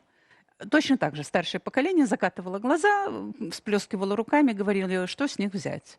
И мы сейчас также смотрим на людей. И 3000 лет назад мы с вами в египетских свитках найдем, боже, что за поколение. Да? Поэтому мне кажется, что несовпадение между нашими ожиданиями и выросшими детьми – это нормально. Что-то с ними будет другое, чем с нами. Да? Наши бабушки и дедушки, если бы мы им сказали, там, я буду маркетологом, да, они бы сказали, чего? Что? Да? Иди на завод. Вот. Зачем Шить. тебе это надо? Да. Профессия должна быть нормальная в руках. Да, моя мама говорила, когда приходила ко мне в офис, говорила, слушай, ну твои ребята не работают. А я вот сидела, тебя ждала 1,5 часа, они только за компьютером сидят, они не работают. И вот это представление о том, что есть работа, мы правда каждый раз об этом переживаем. Валентина, вось у нашым пакаленні абавязкова было атрымаць вышэйшую адукацыю. Ну калі ты не атрымаў вышэйшую адукацыю, ну то жыццё просто не ўдалося Ну, ад я не пачатку. атрымаў. Ну, Мяне выгналі тройчы. Але ты спрабаваў. Ці зараз вось гэты міф пра вышэйшую адукацыю як нейкую прыступку да добрай кар'еры яшчэ працуе, ці сапраўды варта зазірнуць у іншыя абшары? Вось я гляджу, што зараз цудоўна робяць кар'еру цырульнікі, людзі, якія шыюць вопратку, ці яшчэ штосьці робяць сваімі рукамі, майструюць штосьці. І гэта таксама цудоўныя прыклады такіх асабістых бізнесаў, напрыклад, якія вельмі можна развіваць. Что мы называем карьерой и в какой сфере.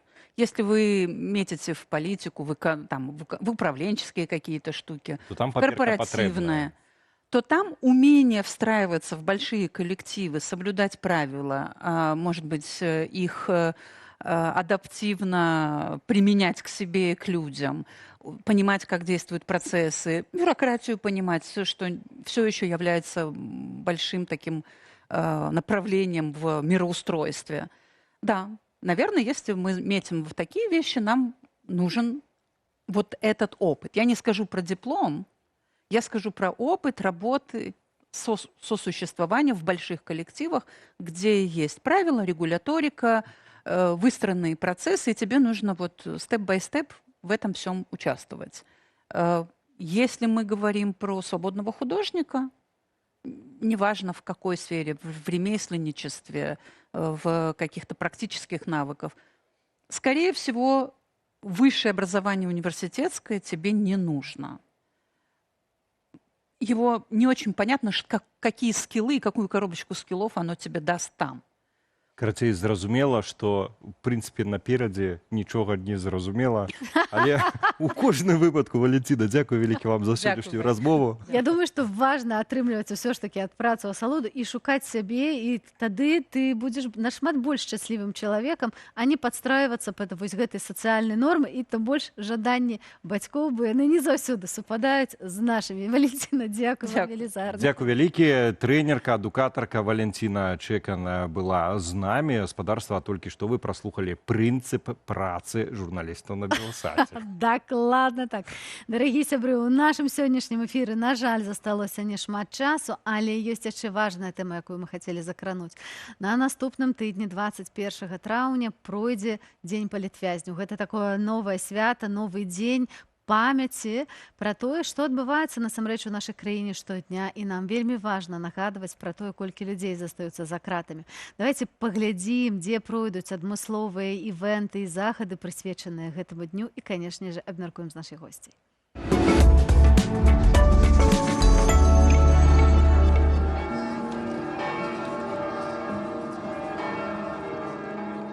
21 траўня дзень беларускіх палітвязняў. Сёлета праваабаронцы прысвячаюць гэтую дату барацьбе супраць катаванняў і нечалавечага абыходжання ў турмах. Гэтыя злачынствы паводле міжнароднага права не маюць тэрміну даўніны, аднак у Беларусі выкарыстоўваюцца сістэмна і як інструмент ціску. Зараз у няволі несправядліва ўтрымліваюць як мінімум 848 чалавек, 9 палітвязняў загінулі за кратамі. Сярод іх Вітольд Ашурак, памяці якога і прысвечаны гэты дзень. Галоўныя мерапрыемствы і акцыі салідарнасці разгорнуцца за мяжой. Так, ужо 19 траўня ў Познані распачнецца 3-й кангрэс па палітзняволеных, які адкрыецца мерапрыемствам пра рэпрэсаваную моладзь. 21 траўня кангрэс працягне працу ў Вільні. Там праваабаронцы і палітыкі абмяркуюць метады працы ва ўмовах тэрору і стратэгіі міжнароднага ўплыву на рэжым. Акрамя гэтага, 21 траўня о 7 гадзіне вечара ў буйных гарадах пройдуць традыцыйныя мітынгі салідарнасці і чытанні імёнаў вязняў. Адна з маштабных акцый да гадавіны забойства Вітольда Ашурка запланаваная ў Беластоку. Поўны расклад і спіс усіх гарадоў, якія далучацца да Дня салідарнасці, праваабаронцы апублікуюць пазней. Сачыць за абнаўленнямі мерапрыемстваў рэкамендуем на афіцыйным сайце і ў соцсетках праваабарончага цэнтру «Вясна».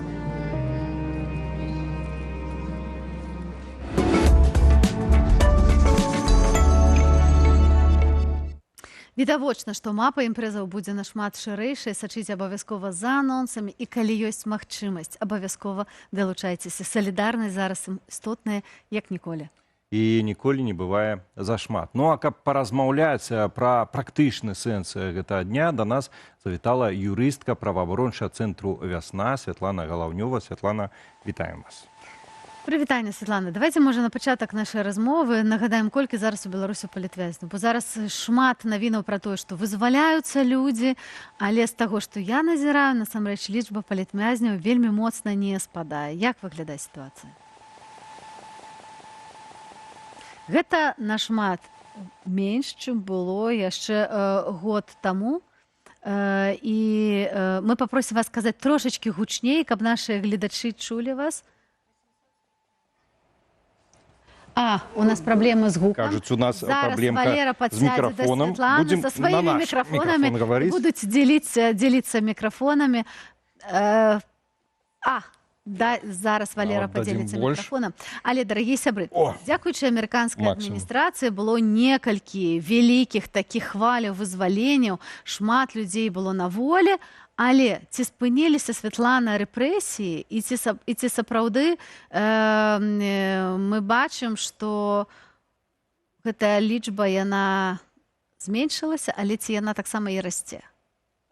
Лічба зменшылася, але яна таксама і расце. Зараз за кратамі дагэтуль знаходзіцца 845 палітвязняў, і гэта толькі тое, што нам стала вядома.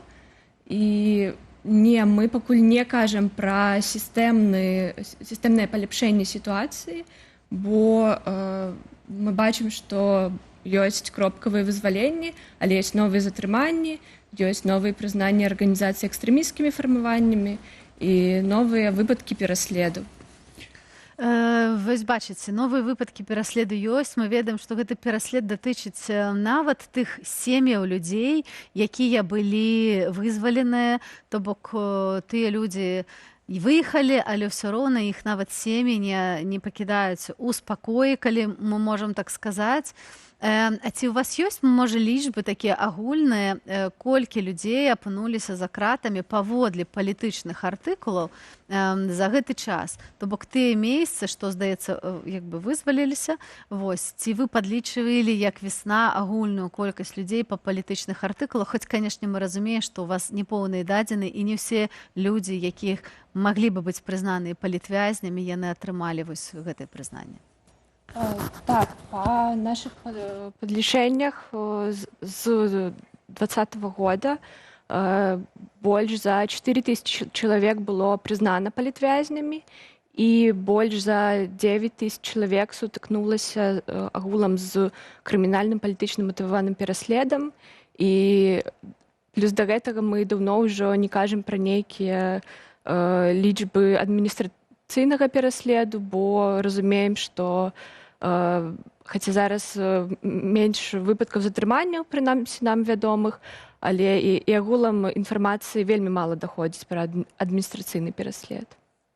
Калі браць дату 21 траўня, гэта дата нам нагадвае пра трагедыю, калі закатавалі палітычнага актывіста Вітольда Ашурка. Гэта вельмі сімвалічная дата, тут і ўсё зразумела, а з практычнага боку, наколькі практычна гэта дата менавіта важная? Гэтая дата, як і любая дата, якая звязана з нейкімі такімі сумнымі, важнымі падзеямі для грамадства, гэта такая фармаванне культуры памяці і культуры рэфлексіі над тым, што адбылося. І я бачу ў гэтым таксама яшчэ і вельмі практычны сэнс у тым, што шануе гэтую памяць, узгадвае, мы вяртаем сябе кантроль над кантэкстам, не дазваляем, каб беларуская дзяржава забылася на тое, што яна зрабіла, і не дазваляем уладам Беларусі гэты кантэкст дыктаваць нам. Не, мы самі кажам, як мы бачым гэта, адстойваем і прысоўваем сваё бачанне, свае адносіны да таго, што адбылося. Кожны дзень у нас такая бясконцая пекельная хроніка гэтых рэпрэсіяў супраць беларускіх грамадзянаў. Ці можам мы вылучаць нейкія тэндэнцыі, ці змяняюцца неяк гэтыя рэпрэсіі, калі змяняецца, у які бок кіруецца, магчыма, нейкія іншыя формы набываюць? Як гэта выглядае? Я бы вылучыла такую тэндэнцыю, як ціхія ці схаваныя рэпрэсіі. Гэта адбываецца праз мэтанакіраваныя дзеянні ўладаў, каб пазбавіць магчымасцей праваабарончай арганізацыі атрымліваць інфармацыю пра пераслед. І гэта таксама адбываецца праз вялікую працу па запужванню людзей як унутры краіны, так і па-за краінай. Напрыклад, бягучыя вобшукі у кандыдатаў у каардынацыйную раду. Мы ведаем, што з людзей, са сваякоў, людзей, якія балтуюцца ў каардынацыйную раду, бяруць падпіску аб неразгалошванні, і гэта якраз робіцца, каб максімальна не даваць людзям распавядаць пра тое, што адбываецца, нават сваім сваякам. Светлана, 21-га, вось ужо літаральна на наступным тыдні адбудзецца шэраг розных акцый, падзеяў, прысвечаных гэтаму важнаму дню для нас. Раскажыце, што гэта за акцыі і што канкрэтна можна зрабіць кожны з нас. Ось я, Валера, нашыя гледачы таксама, як мы можам падтрымаць палітычных вязняў, сем'і, адзін аднаго ў гэтай сітуацыі? Мои коллеги и коллежанки з весны рыхтуюць адпаведныя матэрыялы інфармацыйныя пра важныя праблемы, якія датычацца палітвязняў. І таксама мы зрабілі такую мапу мерапрыемстваў, прысвечаных дню палітвязня. Дзе гэта можна паглядзець? Гэта адпаведная старонка prisonersday.info. На ёй можна далучаць свае мерапрыемствы і бачыць, якія ўжо далучаны і будуць праводзіцца мерапрыемствы, прысвечаныя дню палітвязняў.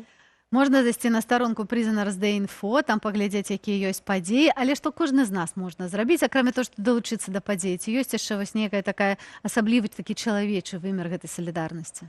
Можна заўсёды падтрымліваць данатамі, можна заўсёды... Калі гэта бяспечна, Калі гэта бяспечна, можна заўсёды, зноў-такі, калі гэта бяспечна, пісаць лісты.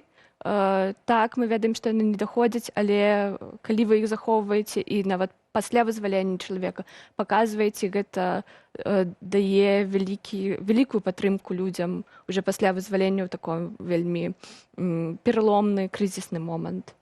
Светлана... І проста памятаць пра людзей. Светлана, дзякую вам вялікі і за сённяшнюю размову, таксама за вашу і вашай асобе для ўсіх праваабаронцаў працу, сапраўды вельмі важна. Алесе Бяляцкаму папросім перадаць ад нас прывітанне. Вялікае прывітанне.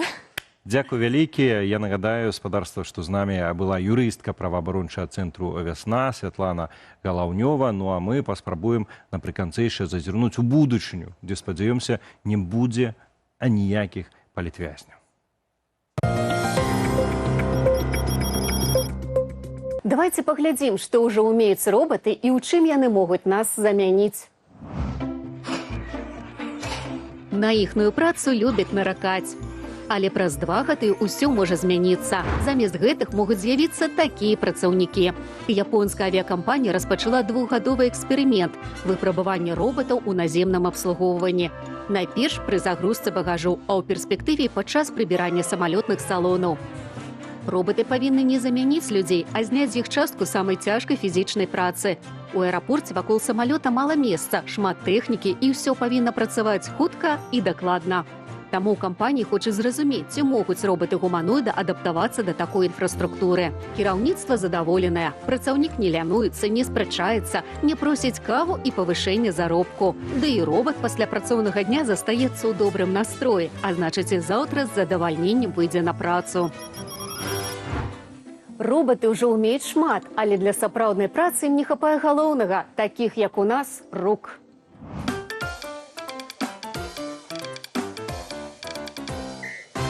Кітайскі стартап Linkerbot спрабуе вырашыць гэтую праблему. Кампанія стварае высокадакладныя рабатызаваныя кісці, якія могуць браць мяккія прадметы, закручваць шрубы, працаваць з дробнымі дэталямі і нават паўтараць рухі мастакоў. Ва ўсёй індустрыі большасць вытворцаў сканцэнтраваная на задачах для хатніх памочнікаў. Прыбіраць, збіраць рэчы, складаць адзенне. Наша ж кампанія засяроджваецца на навыках майстроў найвышэйшага ўзроўню, на тонкай ручной працы. Такія ручкі карыстаюцца попытам. Навошта купляць цэлага гуманоіднага робота, калі для большасці задач на прадпрыемстве патрэбныя 2 добрыя рукі, а не цэлае цела? Канкурэнцыя ў гэтай сферы расце. Напрыклад, французскі стартап Genesis AI прадставіў чалавекападобную рабатызаваную руку разам з магутнай мадэллю штучнага інтэлекту Gen 26.5. Яна навучалася на дадзеных, сабраных праз спецыяльныя пальчаткі з сэнсарамі, якія насілі тысячы працаўнікоў.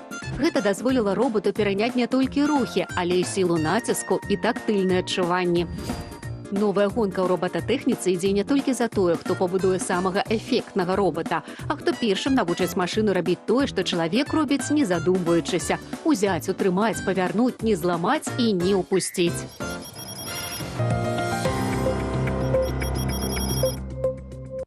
Ну а што ж, мы вяртаемся з будучыні да рэалія. Але хочу сказаць, што акурат гэты выпуск, фрагмент якога вы зараз паглядзелі навінаў з будучыні, стаў проста рэкордным.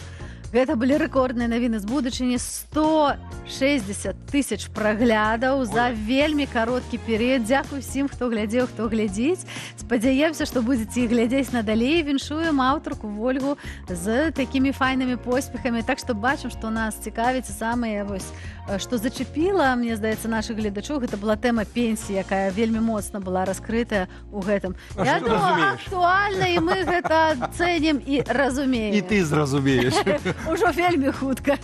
Добра, вернемся до наших реаліяў. Я перш чым перадаць слова Андрею, адкажу там аднаму з каментатараў, который перыядычна піша і кажа, што я там паўсюль яго забаніў, прычым на розных абсалютна медыапраектах, да якіх я і не маю дачынення нават.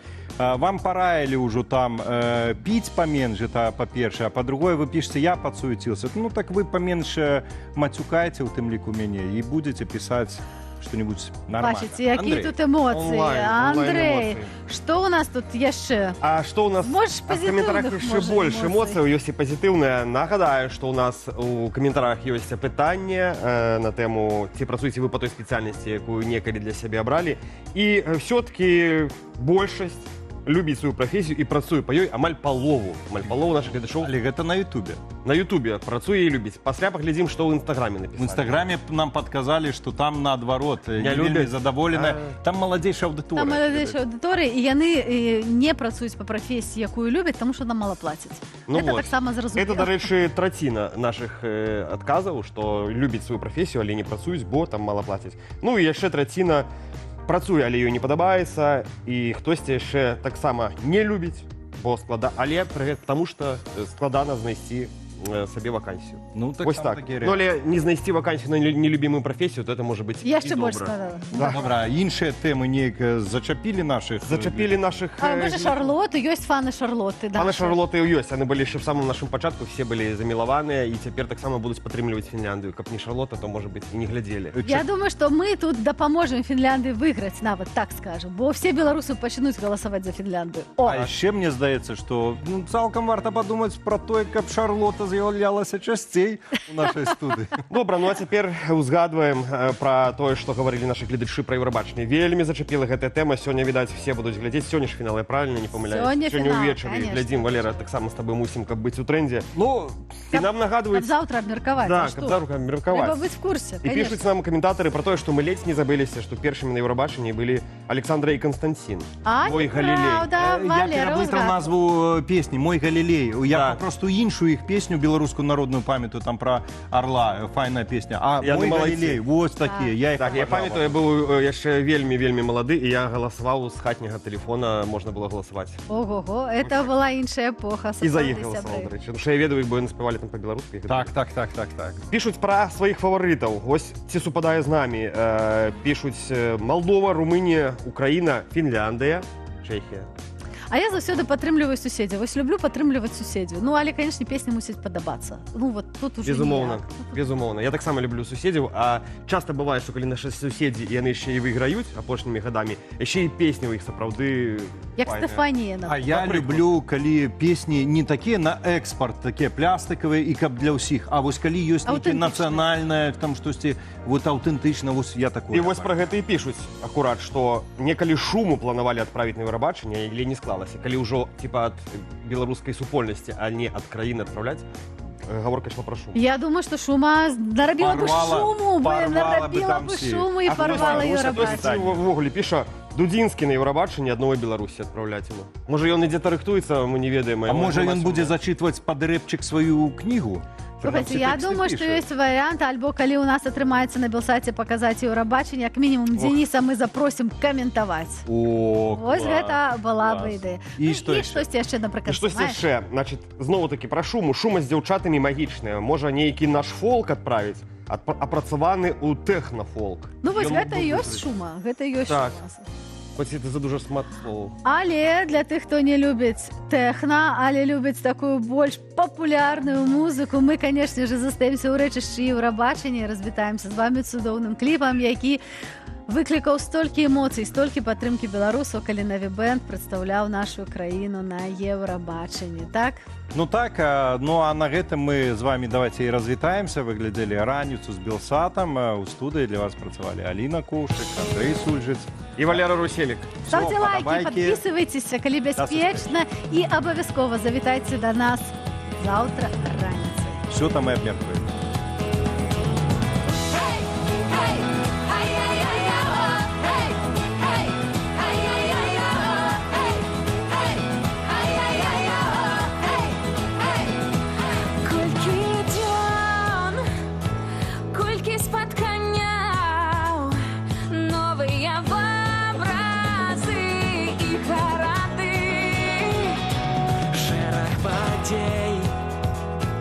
Нас покидає, в серці тримаєм, ідем далі.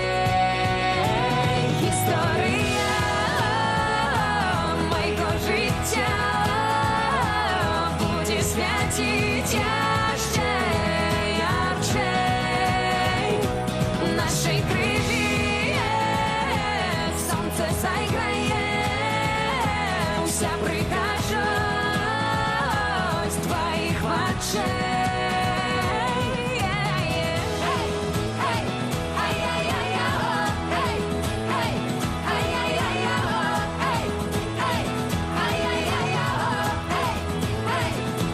Где будешь ты?